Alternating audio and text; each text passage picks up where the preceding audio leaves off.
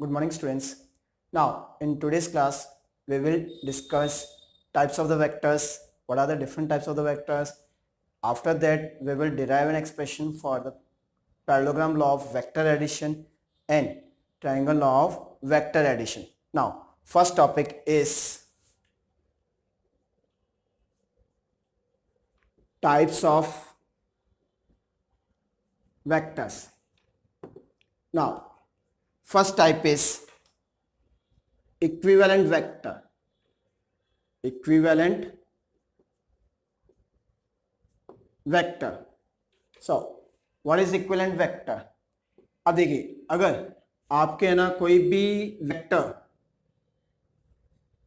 To और more than to vectors, मान लीजिए first vector is A vector, second vector is B vector,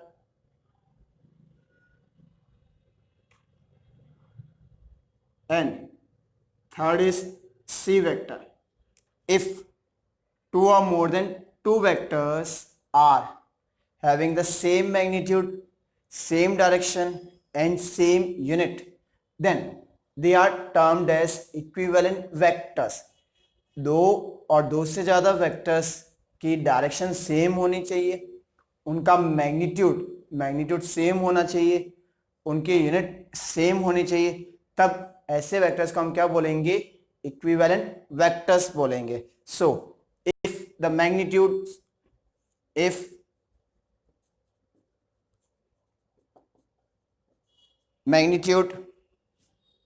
unit and direction of two or more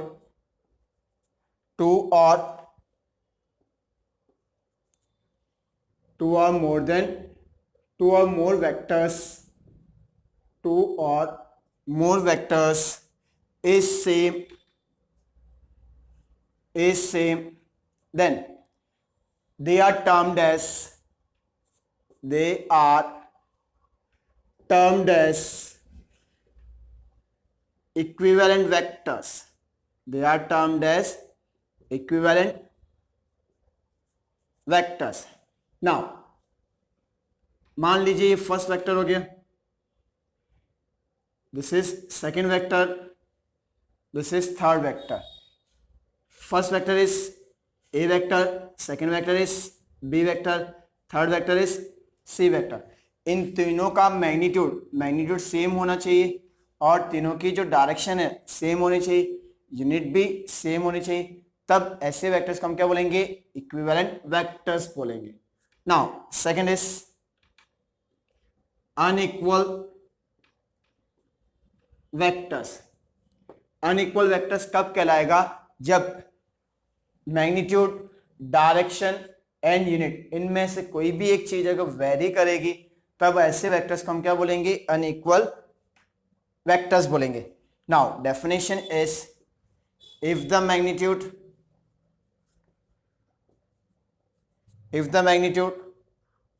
or the direction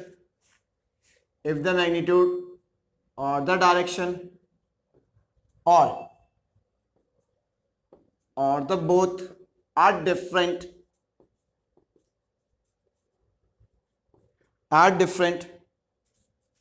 for two vectors, then they are termed as unequal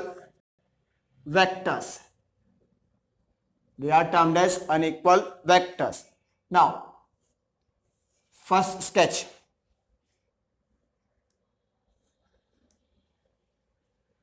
A vector, B vector.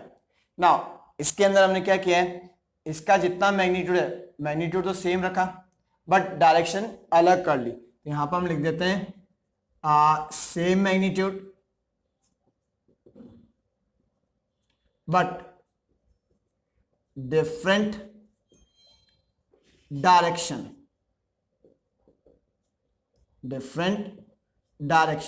Now second, now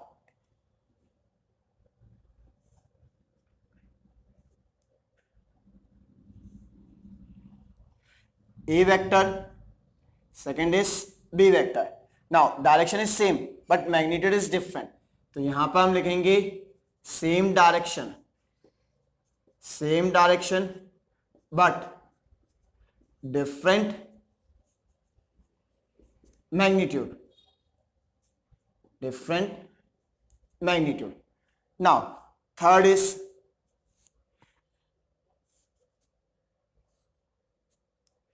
A vector, B vector. Now in this case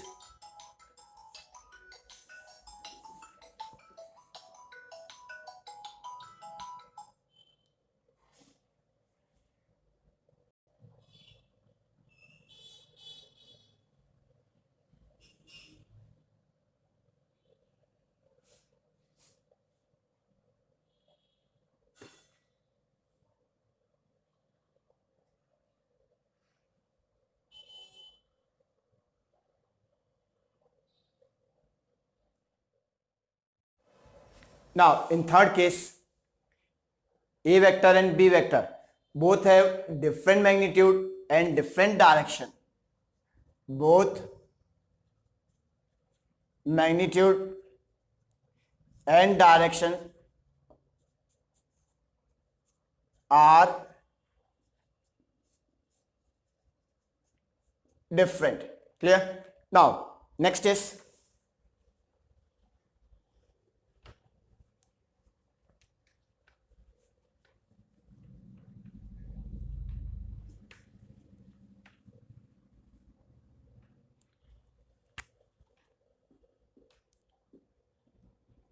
third is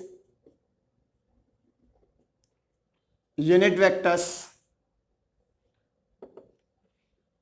Now if the magnitude of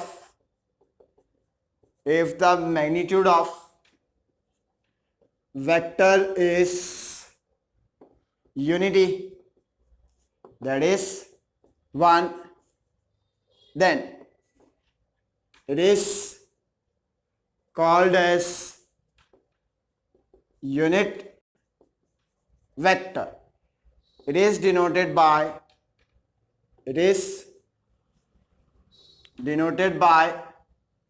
A cap.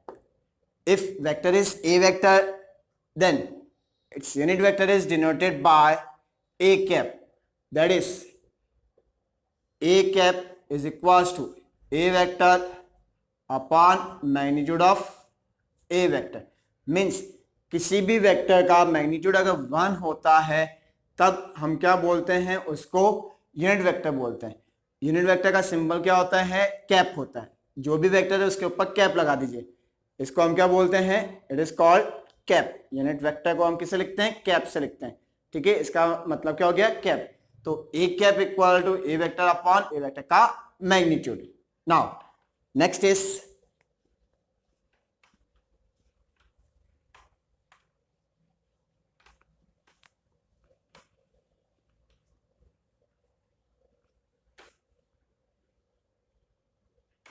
now fourth is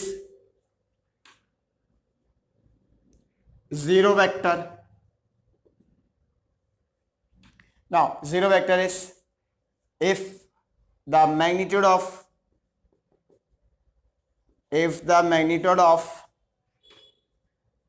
any vector is 0, then it is called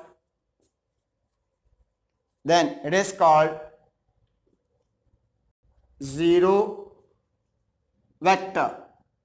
ठीक है, zero vector means zero ऊपर vector, or we can say that point.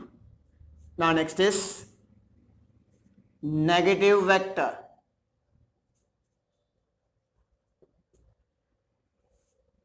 Now देखिए, now unit vector क्या होता है, if the magnitude of the vector is unity, that is 1, then it is called as unit vector. It is denoted by a cap. A cap equals to a vector upon a vector का magnitude. Zero vector means जिसका vector का magnitude अगर 0 होता है उसको हम क्या बोलते हैं, जीरो वेक्टर बोलते हैं. Now next vector is negative vector. Now if the magnitude of, negative vector का मतलब क्या हो गया, अगर magnitude of two vectors, if the magnitude of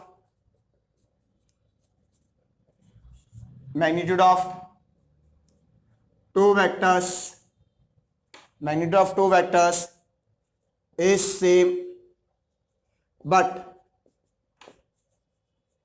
their directions are opposite, their direction are opposite to each other,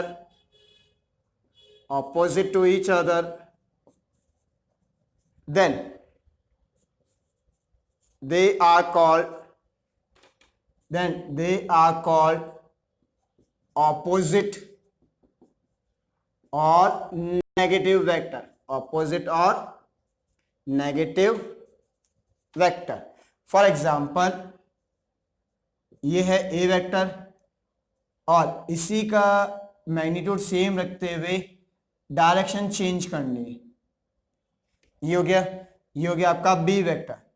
तो इसका मतलब क्या हो गया, that is A vector is equals to minus of B vector, A vector is equals to minus of B vector. Clear? Now next is, now new topic.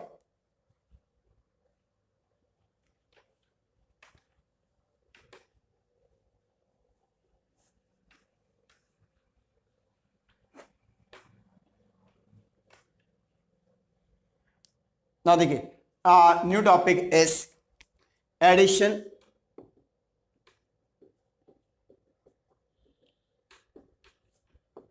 of vectors. First is triangle law of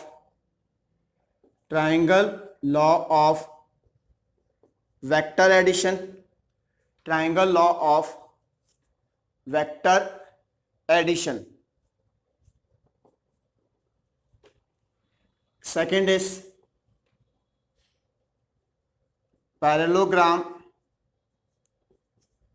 law of vector addition. Third is polygon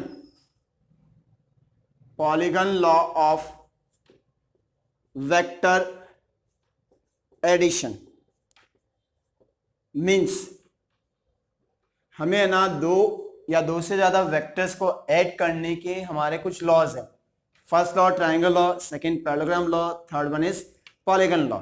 now first we will deal with parallelogram law of vector addition. Parallelogram law of vector addition. Parallelogram law of vector addition. Now what is parallelogram law of vector addition?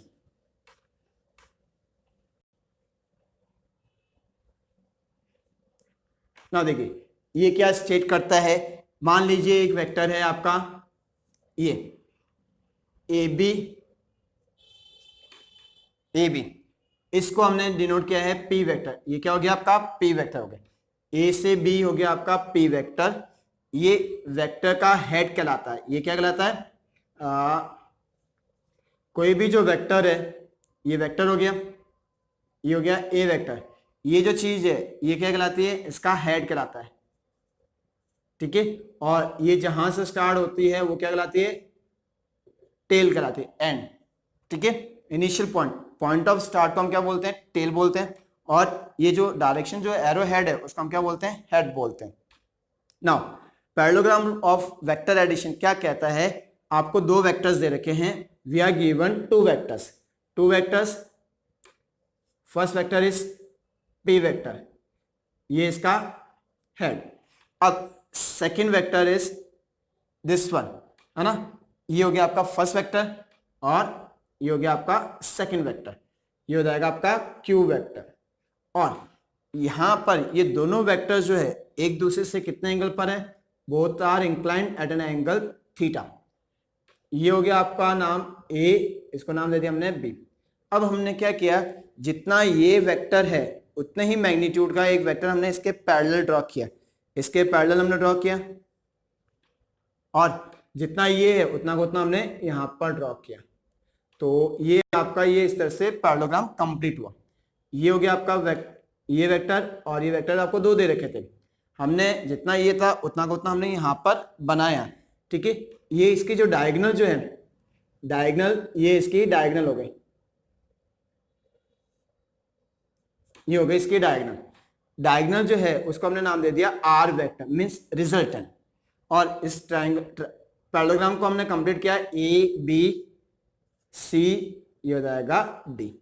अब हम क्या करते हैं कि यहां पर इसको extend कर दिया, और यहां से हमने इसके ऊपर परपेंडिकुलर ड्रॉप किया, हमने इसके ऊपर परपेंडिकुलर ड्रॉप किया। परपेंडिकुलर कितना हो गया, ई, ये हो जाएगा ई। अब ये अगर क्यू है तो ये वाली चीज क्या होगी, क्यू, क्योंकि पैरेललोग्राम में ऑपोजिट साइड्स क्या होती है, इक्वल होती है। और ये जो रिजल्टेंट जो है, रिजल्टेंट ने इस बेस के साथ में कितना एंगल बनाया, इसने इस बेस के साथ में एंगल बनाया, अल्फा बनाया। और यहां पर ये जो चीज है, ये भी एंगल कितना होगा, ये भी एंगल होगा थीटा, क्योंकि ये लाइन और ये लाइन पैरेलल है, तो जितना ये एंगल होगा उतना को उतना एंगल ये भी होगा, तो ये भी हो गया एंगल थीटा हो गया। ये जो चीज है, ये वाली जो टर्म है, ये आ जाएगी आपकी क्यू साइन थीटा। कैसा ही अभी मैं बताता हूं। और ये जो चीज आएगी वो आएगी आपकी क्यू कॉस थीटा आएगी। ये क्या आएगी, Q cos theta. Parallelogram of vector addition क्या कहता है कि अगर दो वेक्टर को हम इस तरह से लेते हैं कि दोनों क्या होने चाहिए, को इनिशियल होने चाहिए। क्या होने चाहिए, को इनिशियल। वेक्टर्स क्या होने चाहिए, को इनिशियल। को इनिशियल का मतलब क्या हो गया, इनका इनिशियल पॉइंट क्या होना चाहिए, सेम होना चाहिए। ये जहां से ये स्टार्ट हुआ वहीं से दूसरा वेक्टर स्टार्ट होना चाहिए, और वो है ना किसकी साइड से, एक पैरेललोग्राम की एडजेसेंट साइड से। एक साइड ये, दूसरी साइड ये, अगर इस तरह से रिप्रेजेंट करती है तब इनका जो पॉइंट ऑफ इंटरसेक्शन जो है, वहां से जो है ना डायगोनल जो निकल रही है, ये जो डायगोनल जो है वो डायगोनल जो है वो क्या देगी, इन दोनों का सम देगी। इन दोनों वेक्टर्स का, जो हमने दो वेक्टर्स लिए ना, पी वेक्टर और क्यू वेक्टर, इन दोनों का सम कौन देगा, डायगोनल देगा। क्लियर। अब हमारा जो डेरिवेशन जो हम करेंगे आगे, ये आर वेक्टर का फॉर्मूले का डेरिवेशन करेंगे कि रिजल्टेंट जो आंसर आया है उसका एंड रिजल्ट क्या है, और इस आर वेक्टर ने इस पी वेक्टर के साथ मींस बेस के साथ में कितना एंगल बनाया, ये लेंगे। उसके बाद हम केसेस लेंगे कि अगर ये एंगल क्या क्या हो, उसके अकॉर्डिंग हम केसेस लेंगे। I think it's clear. If two vectors are represented, two co-initial vectors are represented by two adjacent sides of a parallelogram, then diagonal that comes from the point of intersection of the two vectors give the resultant vector in direction and magnitude. Clear? Now we write, if two vectors,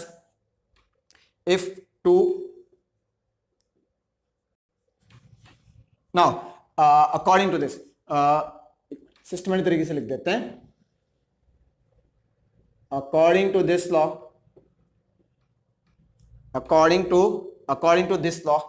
if two co-initial vectors are represented by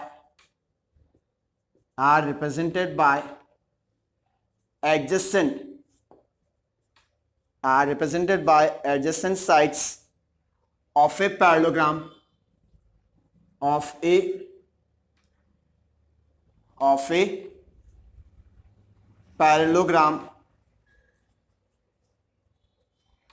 parallelogram, then the diagonal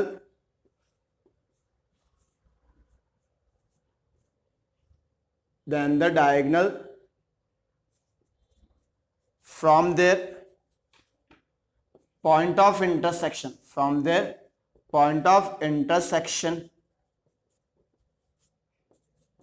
will give or will represent their sum, will give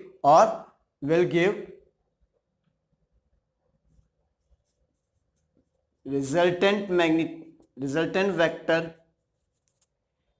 vector in magnitude and direction. Clear? Now, according to this law, if two co-initial vectors are represented by adjacent sides of a parallelogram, then the diagonal from their point of intersection will give resultant vector in magnitude as well as in direction. Now, derivation.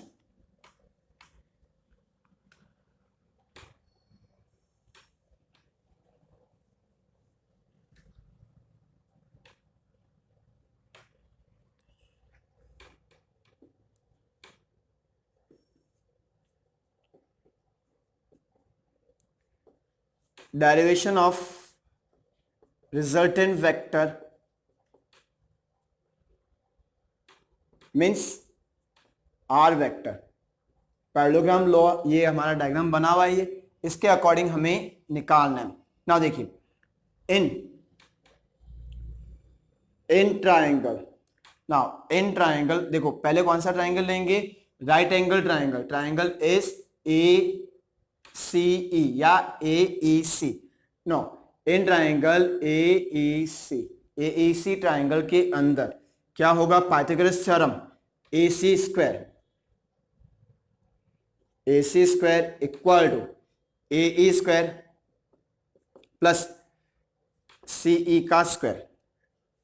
Now A C square is equal to A E, A to E को हम लिख सकते हैं A B plus BE का whole square plus CE का square. Now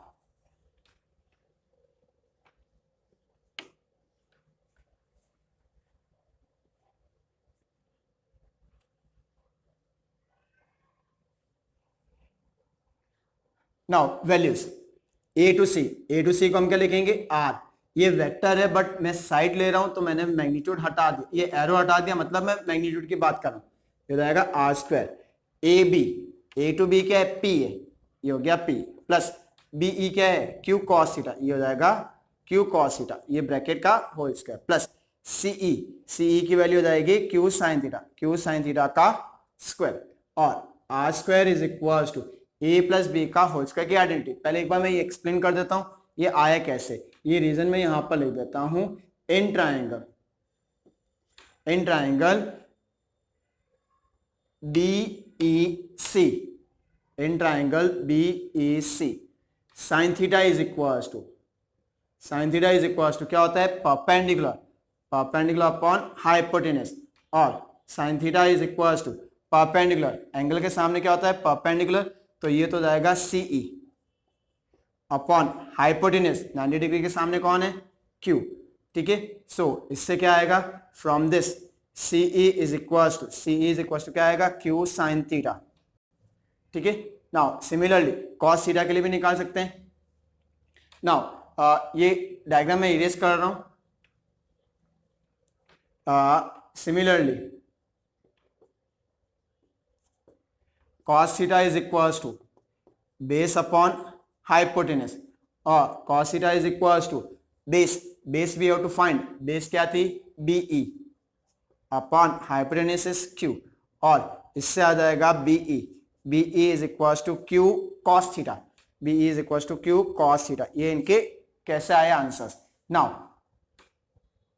therefore R square equal to A plus B का whole square की identity, P square plus 2PQ cos theta plus Q square cos square theta, फिर plus Q square sine square theta, और R square is equal to P square plus 2PQ cos theta plus Q square common, यह आएगा cos square theta plus sine square theta और R square is equal to P square plus 2pq cos theta 2pq cos theta plus Q square, ये चीज हो जाएगी 1।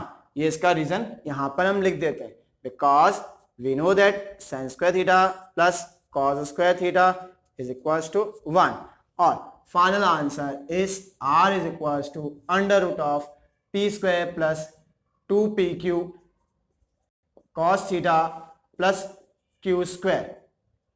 This is the final answer, resultant vector.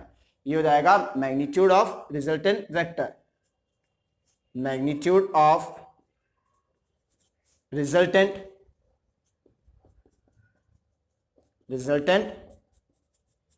Vector. Clear?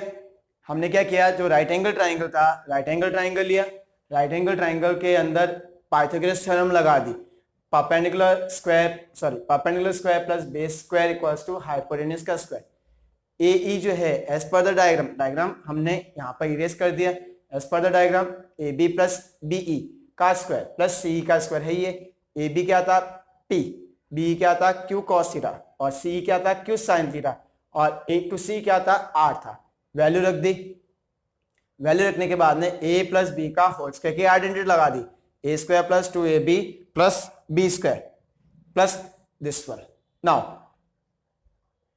Q square यहां पर हमने क्या किया, क्यू स्क्वायर को हमने कॉमन ले लिया, Q square is common, Q square common आएगा, पीछे क्या रहेगा cos square theta plus sine square theta रहेगा। Now cos square theta plus sine square theta क्या होता है 1 होता है, ये चीज हो जाएगी 1 हो गई, फिर ये अपना फाइनल आंसर आ गया। Now next is angle, resultant angle.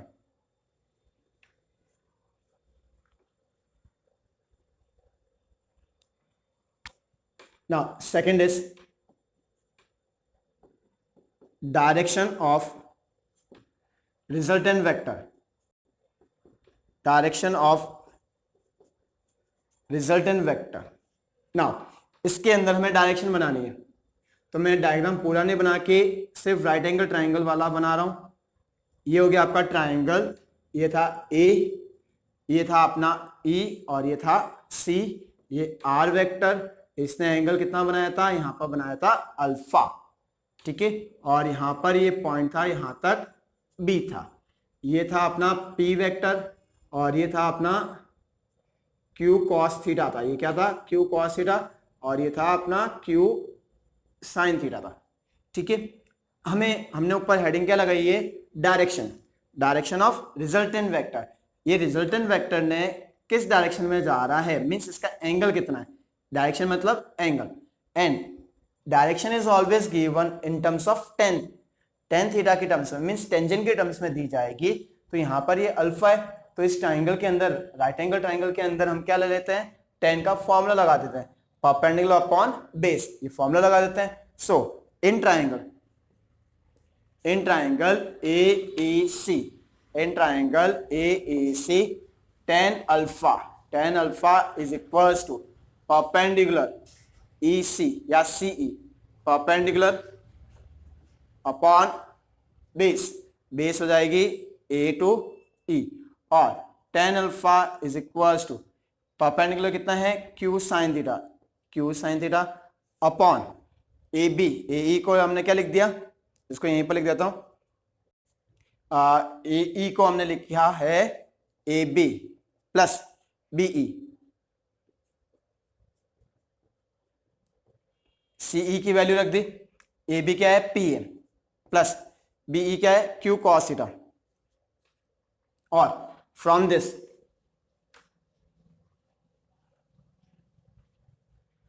This alpha is equals to tan inverse, इसको हम क्या बोलते हैं inverse, tan inverse Q sine theta upon P plus Q cos theta, P plus Q cos theta. Clear? Now direction, एक बार quick review, direction of the resultant vector, vector का angle कितना है, resultant vector is R vector, R vector ने ना base के साथ में कितना एंगल बनाया हमें वो निकालना है। तो हमने ट्राइंगल ले लिया AEC 10, हमेशा डायरेक्शन दी जाएगी इन टर्म्स ऑफ 10, तो तो हमने tan ले लिया किसका, इस एंगल का tan लिया, टेंजेंट ऑफ अल्फा। tan क्या होता है, परपेंडिकुलर अपॉन बेस, तो परपेंडिकुलर अपॉन बेस, और बेस को हमने लिख दिया AB प्लस BE लिख दिया, फिर वैल्यू का हमने सब्स्टिट्यूशन किया। अब यहाँ पर हमने क्या किया, ये tan है, यहाँ पर है ना हमें एंगल निकालना है, तो tan जब इधर शिफ्ट हुआ तो इसको हम क्या बोलते हैं, tan इनवर्स बोलते हैं, tan इनवर्स, ये अपना आंसर आ जाए। Now next is cases.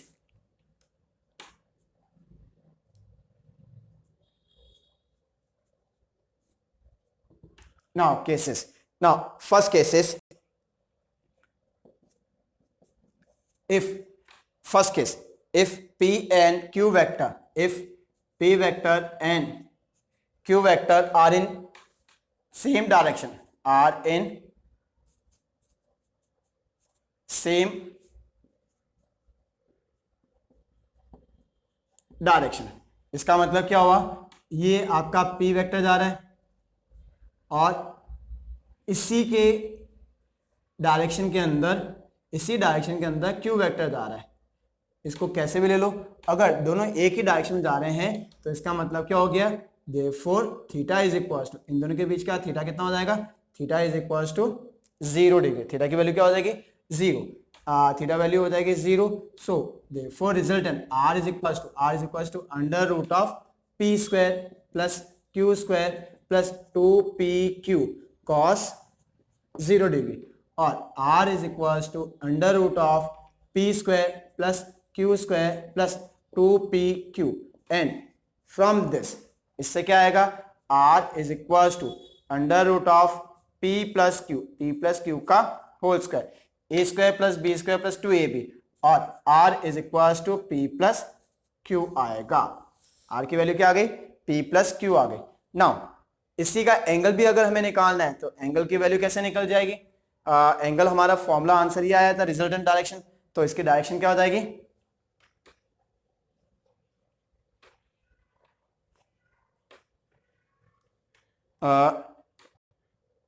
And alpha is equal to tan inverse, alpha is equal to tan inverse Q sine theta upon P plus Q cos theta, theta की value क्या है 0, तो यहीं पर लिख देता हूं साइन 0 डिग्री कॉस 0 डिग्री, और alpha is equal to tan inverse sine 0 क्या होता है 0, और कॉस 0 क्या होता है 1, P प्लस Q, तो 0 डिवाइड बाय एनीथिंग इज 0, तो ये हो जाएगा tan इनवर्स 0, इससे अल्फा की वैल्यू क्या आएगी 0, ठीक है, यहां पर अपना अल्फा कितना आ गया 0 आ गया।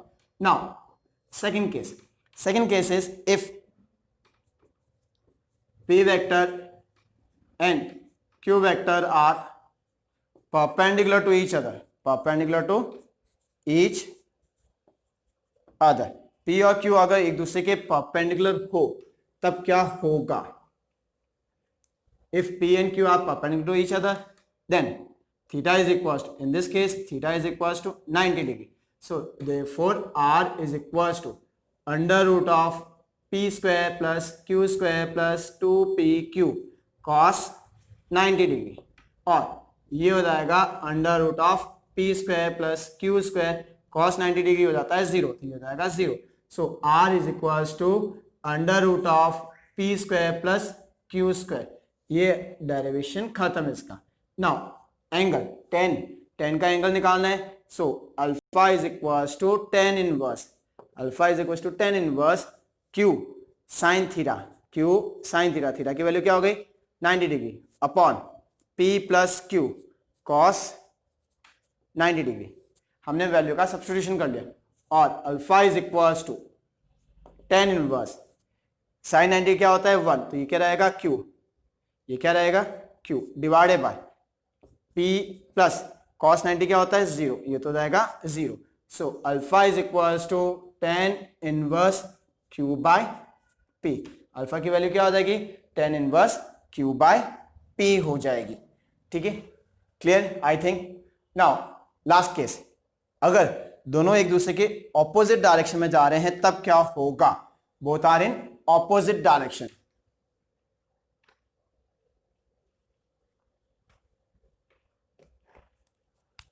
Third case is if p vector and q vector are in opposite direction, अगर ये दोनों एक दूसरे के ऑपोजिट डायरेक्शन में हो तो इसका मतलब क्या हो गया, that is theta is equal to, एक जा रहा है इधर और एक जा रहा है इधर, तो इन दोनों के बीच का एंगल कितना हो गया 180 degree, theta is equal to pi.